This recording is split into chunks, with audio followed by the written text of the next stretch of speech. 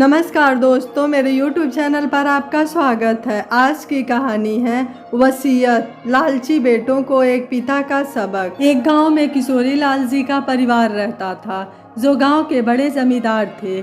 उनकी गांव में बड़ी हवेली थी, सब उनको बहुत मानते थे। हर कोई उनकी सलाह और मदद के लिए आते रहते थे। वह किसी को भी किसी बात के लिए मना नहीं कर पाते थे। उनका दिल बहुत बड़ा था। उनके घर, उनके साथ उनके बापूजी, उनकी पत्नी पद्मा, उनके 2 जुड़वा बेटे और 2 जुड़वा बेटियां थीं। किशोरी लाल बहुत खुले विचारों के थे। वे नए ज़माने के साथ कदम से कदम मिलाने में मानते थे। पुराने रस्मों रिवाजों को वह बदलना चाहते थे और वे जानते थे कि अगर गांव में कुछ बदलाव लाना है तो शुरुआत अपने घर से ही होनी चाहिए। एक बार गांव के एक मजदूर, जिनका नाम मोहन था, वह किशोरी लाल जी के पास आकर रोने लगा और उसने कहा कि सरकार, अब हमारे माई बाप आप ही हो। हम तो लुट गए, बर्बाद हो गए। किशोरी लाल जी ने कहा, रोना बंद करो, बात क्या है ये तो बताओ। मोहन ने कहा, जी आप तो जानते ही हैं कि मेरी एक बड़ी बेटी और दूसरा छोटा बेटा है। बेटी की उम्र शादी की हो गई है, मगर लड़के वाले बहुत ज़्यादा दहेज की मांग कर रहे हैं, इसलिए अब तक वह घर पर ही है। और मेरा बेटा, जिसको मैंने कर्जा लेकर पढ़ाया लिखाया, अब वह नौकरी के लिए बड़े शहर चला गया। वहाँ पर उसने हमें बिना बताए शादी कर ली, अपना घर भी ले लिया। अब वह ना तो यहाँ आने के बारे में सोचता है और ना ही पैसे भेजता है। पहले तो वह पैसे भेजता था, फ़ोन भी करता था, मगर अब तो उसकी कोई खबर नहीं है। मैंने उसको बड़े शहर भेजने के लिए अपना घर भी गिरवी रख दिया है। उसकी माँ आजकल बहुत बीमार रहती है। मेरी बेटी उसकी सेवा करती है, लेकिन उसे तो एक बार अपने बेटे को देखना है। रो रो के अपना बुरा हाल कर लिया है उसने। रोज़ उसके बेटे के वापस लौटने का इंतज़ार करती है, मगर मुझे पता है अब वो वापस नहीं आने वाला। अब आप ही बताओ सरकार, हम गरीब क्या करें, कहाँ जाएं? मेरी बीबी की बीमारी में सारे पैसे खर्च हो गए, कर्जा कहाँ से चुकाएं? किशोरी लाल जी ने कहा, तो ये बात है। अच्छा बताओ, तुम्हारी बेटी क्या करती है? मोहन ने कहा, क्या करेगी मेरी बेटी साहब, उसकी माँ बीमार है तो घर का सारा काम वही संभालती है और माँ की सेवा भी वही करती है। आसपास के घर में अब बर्तन धोने का काम करती है ताकि कुछ पैसे मिल जाएं। और तो क्या, मगर इतने पैसों से मेरा कर्जा थोड़ी पूरा होगा। इतने पैसों से तो सिर्फ 2 वक्त की रोटी मिल जाए तो भी बहुत है। किशोरी लाल जी ने कहा, याद है मोहन, आज से 18 साल पहले तुम मेरे पास अपने बेटे की स्कूल फीस के पैसे लेने आए थे, जो कुछ वक्त के बाद तुमने मुझे लौटा भी दिए थे। उस वक्त पैसे देते समय मैंने तुमसे कुछ और भी कहा था, याद है तुम्हें? ज़रा याद करने की कोशिश करो। मोहन ने कहा, इतने साल पहले आपने मुझे क्या कहा था? हाँ सरकार, याद आया। तब आपने मुझे कहा था कि बेटे के साथ साथ अपनी बेटी को भी स्कूल में दाखिला करा दो, मगर उस बात से इस बात का क्या लेना देना? किशोरी लाल जी ने कहा, लेना देना है मोहन, तुम अब भी समझे नहीं। अगर उस वक्त तुमने अपने बेटे के साथ साथ अपनी बेटी को भी पढ़ाया लिखाया होता तो आज वह भी अच्छे से नौकरी करती, दूसरों के घर का बर्तन धोने नहीं जाना पड़ता, और वह तुम्हारी बीबी का ख्याल भी रखती और तुम्हारा घर भी जो गिरवी पड़ा है वह छुड़ा लेती और तुम्हारा कर्जा भी चुका देती। तुमने तुम्हारे बेटे के पीछे इतना पैसा खर्च किया, किस काम का? वो तो गया, अब तुम ही सोचो, आज तुम्हारे पूरे वक्त में तुम्हारे पास कौन है, बेटा या बेटी? बेटी भले चाहे जैसी भी है, उससे जितना भी हो सकता है वह तुम दोनों का ख्याल तो रखती है ना। किशोरी लाल जी की बातें सुन मोहन की आंखों में आंसू आ गए। मोहन ने कहा, हाँ सरकार, आपने ठीक कहा। शायद मैंने आपकी बात मान ली होती तो आज मेरी बेटी भी पढ़ लिख कर अपने पैरों पर खड़ी होती। पैसों के लिए उसे कभी किसी के आगे हाथ नहीं फैलाने पड़ते, मगर अब क्या? किशोरी लाल जी ने कहा, अब तुम ऐसा करो, अपने बेटे को एक चिट्ठी लिखो। उसमें लिखो कि तुम्हारी माँ चल बसी है और उसने अपने गहने और ये घर तुम्हारे नाम करने को कहा था। अगर तुम्हें तुम्हारा हिस्सा चाहिए तो आज रात तक आ जाना। कल तुम्हारी माँ को अंतिम संस्कार के लिए ले जाया जाएगा। अगर तुम्हारे पास वक्त हो तो आ जाना। मोहन ने कहा, ऐसे कैसे लिख सकता हूँ सरकार, अभी तो मेरी बीवी जिंदा है।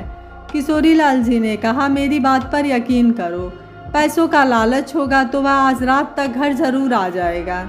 तुम्हें उसके बाद क्या करना है वह मैं तुम्हें बाद में बताता हूँ। मेरी बेटी के पास तुम चिट्ठी लिखवा दो।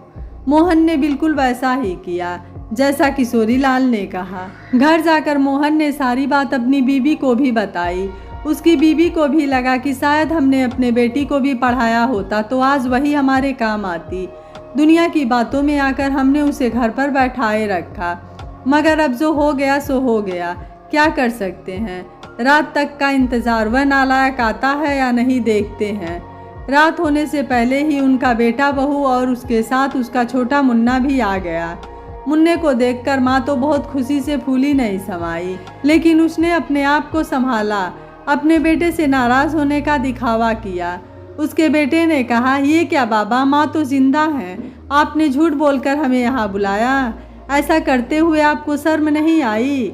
तभी पीछे से किशोरीलाल जी आए। ये सुनकर किशोरीलाल जी ने मोहन के बेटे को अपनी ओर घुमाया और जोर का एक थप्पड़ उसके गालों पे लगा दिया। किशोरीलाल जी ने कहा, नालायक, शर्म तुझे आनी चाहिए। जिस माँ बाबा ने तुझे पढ़ाया लिखाया, तुझे इस काबिल बनाया कि तू बड़े शहर जाकर बड़ा आदमी बने, खुद भूखे पेट सो के तुझे खिलाया, तू उसी माँ बाबा के एहसानों को भूल गया। तू अपनी बीमार माँ को देखने तो कभी नहीं आया, आज पैसों की खातिर उसकी मौत की खबर सुन भागा चला आया। अब सच सच बता दे, आज तू माँ को देखने आया है या उसके गहने लेने? अगर माँ तुझे कुछ नहीं देती तो क्या तू उसके मरने पर आता? नहीं ना। आज मेरी एक बात कान खोलकर सुन ले। अब तक तेरे बाबा ने तुम्हारे पीछे जितना भी पैसा खर्च किया है वह तू सूद समेत वापस करेगा। घर गिरवी रखा है वह भी छुड़ाएगा, बाबा का कर्जा भी चुकाएगा, बहन की शादी भी करवाएगा। जब तक तू ये सब नहीं करेगा तब तक तेरा ये बेटा मेरे पास रहेगा। तभी तुझे और तेरी बीवी को पता चलेगा कि बेटा दूर होता है तो उसे कैसा लगता है। किशोरीलाल जी बहुत गुस्से में थे। उनकी बात सुन कुछ देर के लिए सब चुप रह गए। कुछ देर बाद सुनील का बेटा मुन्ना अपनी माँ से पूछता है, माँ, ये अगर पापा के मम्मी पापा हैं तो ये मेरे दादा दादी हुए ना? ऐसा किताब में पढ़ा था कि पापा के मम्मी पापा को दादा दादी कहते हैं, मगर मैंने तो आज तक इन्हें कभी नहीं देखा। क्या दादा दादी ऐसे होते हैं? तो हम उनके साथ क्यों नहीं रहते? मेरे दोस्तों के दादा दादी तो उनके साथ ही रहते हैं। क्या मैं भी शादी के बाद आपके पास नहीं रहूँगा? किसी के पास मुन्ने के सवाल का कोई जवाब नहीं था। छोटे से बच्चे के सवाल ने सबको हिला दिया। मोहन के बेटे को उसकी गलती का एहसास हो गया। किशोरीलाल जी की बात सुनते ही मोहन का बेटा उससे और अपने माँ बाबा से माफ़ी मांगने लगा और कहा कि मैं सब कर्जा चुका दूंगा, मगर मेरे बेटे को हमसे दूर मत करो। मैं समझ गया आप क्या कहना चाहते हैं। मुझसे बहुत बड़ी गलती हो गई। अब ऐसा दोबारा कभी नहीं होगा। मैं हर महीने बाबा और माँ को पैसे भी भेज दूंगा। ये घर तो मैं आज ही छुड़ा लूँगा, उतने पैसे तो हैं मेरे पास। दीदी की शादी भी अच्छे से घर में हो जाएगी, आप फिक्र मत कीजिए। मगर अब की बार ऐसा नहीं किया तो बेशक आप मेरे बेटे को अपने पास रख लेना। मोहन के बेटे ने सब कुछ वैसा ही किया जैसे उसने कहा था, और कुछ ही महीनों के बाद मोहन के बेटे ने उसके माँ और बाबा को अपने शहर, अपने घर, अपने साथ रहने के लिए बुला लिया। गांव का पुराना घर बेचकर उसने शहर में नया घर ले लिया। अब नए घर में सब साथ साथ में रहते हैं। मोहन का पोता भी अब खुश हो गया था। उसे अपने दादा दादी मिल गए थे जो उसे रोज कहानियाँ सुनाते और उसके साथ कान्हा जी की लीला की बातें करते। ये सुन उनका पोता बड़ा खुश हो जाता। मुन्ना अपने दादा दादी के साथ रोज मंदिर भी जाता। मोहन ने इस बात के लिए किशोरीलाल जी को बहुत बहुत धन्यवाद कहा। उस तरफ किशोरीलाल जी ने अपने दोनों बेटों के साथ दोनों बेटी को भी पढ़ाया लिखाया। अपने बेटों के समान हक अपनी बेटी को भी दिए। जितना हिस्सा अपनी जायदाद में से बेटों का था उतना हिस्सा ही बेटियों के नाम किया। अपना घर उन्होंने अपनी बीबी के नाम कर दिया ताकि कल को अगर उन्हें कुछ हो जाए तो जायदाद के बहाने भी बच्चों को अपनी माँ को अपने साथ रखना ही पड़ेगा, ताकि उनके जाने के बाद उनकी बीबी को कोई तकलीफ न हो। जिंदगी कब अपना रुख बदल दे और कौन कब बदल जाए ये पता नहीं चलता। आखिर एक दिन अचानक किशोरीलाल जी की तबीयत बिगड़ गई और वह चल बसे। बच्चों ने उनका अच्छे से क्रियाकर्म किया। किशोरीलाल की एक बेटी वकील थी तो उससे सलाह मशवरा करके किशोरीलाल ने पहले से ही जायदाद के पेपर्स अपनी बेटी के पास बनवा लिए थे। लेकिन घर के कागजात किसी को नहीं दिखाए थे। किशोरी लाल की बीवी देखना चाहती थी, अब मुझे कौन अपने पास रखता है, यही उन्हें देखना था। कुछ ही दिनों में उनके दोनों बेटे जायदाद में से अपना हिस्सा मांगने लगे, मगर कोई अपने माँ को अपने साथ रखने के बारे में नहीं सोचता था। दोनों बेटे एक एक करके अपना हिस्सा लेकर गांव छोड़कर शहर चले गए। अपनी माँ के बारे में किसी ने नहीं सोचा। दूसरी बेटी की शादी उसी गांव में हुई थी, मगर उसके सास ससुर कोई नहीं था, इसलिए वह अपने पति और बच्चों के साथ माँ के पास रहने आ गई। वह माँ की सेवा भी करती, घर भी संभालती और वह डॉक्टर थी तो अपना क्लिनिक भी संभालती। बेटों को ये पता नहीं था कि उनकी सबसे बड़ी जायदाद तो वे अपने घर ही छोड़ आए थे, वह थी उनकी माँ। किशोरी लाल जी ने जमाने को देखते हुए अपनी पत्नी के भविष्य को सुरक्षित कर दिया था और वसीयत बनाकर अपनी बेटियों को भी उनका हक दे दिए थे। दोस्तों, अगर किशोरी लाल जी ने भी अपनी बेटी को पढ़ाया लिखाया नहीं होता, अपनी वसीयत नहीं बनाई होती, तो आज उनकी बीवी इस दुनिया में बहुत अकेली हो जाती।